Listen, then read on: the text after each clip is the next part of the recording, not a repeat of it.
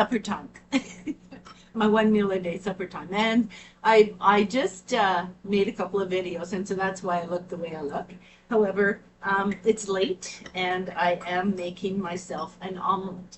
I'm going to make myself an omelet with some leftover meat that I had, some onions, and I'm kind of not listening to one of the things that I basically kind of shrugged off because I need to finish this Polish sausage off, and so I don't want to waste it. Now, I did just post a video about the chemicals that they use to actually process this type of meat, and that it actually can like eat the bottoms of your rubber boots, right? So just ignore this for a minute because this is desperation. So I'm making an omelet, a 2-egg omelet. I have used a lot of my spices. So I used olive oil in my frying pan.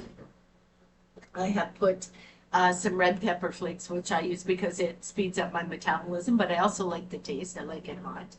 I also have, as I said, the leftover Polish sausage. I have some onion that I had left over. I'm going to cut that up, put it in. Now it gets down to the crunch, right? Now it gets down to the crunch with the spices. I didn't put salt in, but I did put pepper in. There is something else that I did put in, a tablespoon of it, and it is called nutritional yeast. And the reason why is because nutritional yeast, like I said, I've run out of vitamin B12, and so I don't have the funds to get it. To get anymore. The prices on the supplements has basically gone through the roof. So nutritional yeast has all those vitamins in it that I'm trying to accommodate. It has all of these kind of ingredients in it. So I'm gonna have to read them to you because my fingers are too big. Okay, so it's got 1% fat. It's got 60 calories in a tablespoon. So basically I put 120 calories in there of nutritional yeast, but wait, it's got 0.5 grams of fat, which is 1%, no trans fats, no cholesterol, 25 milligrams of sodium, which is 1%. Anything under 5% is okay. Carbohydrates, it's got 5 grams. Fiber, 3 grams, which is 12%, which is pretty good. Sugars, 0, so I like that. Now let's get down to the nitty-gritty, what I'm actually doing it for. Vitamin A, it has vitamin A, vitamin C, calcium, iron, thiamine, it's got 910% thiamine, riboflavin, it's got 610%, niacin, it's got 200%, vitamin B6, 330%, folate, 490%, and the one that I really need is a vitamin B12, and it has got, so hard to see this, 880%, and I'm not bullshitting you. This is, like, I don't know how else to show you. There.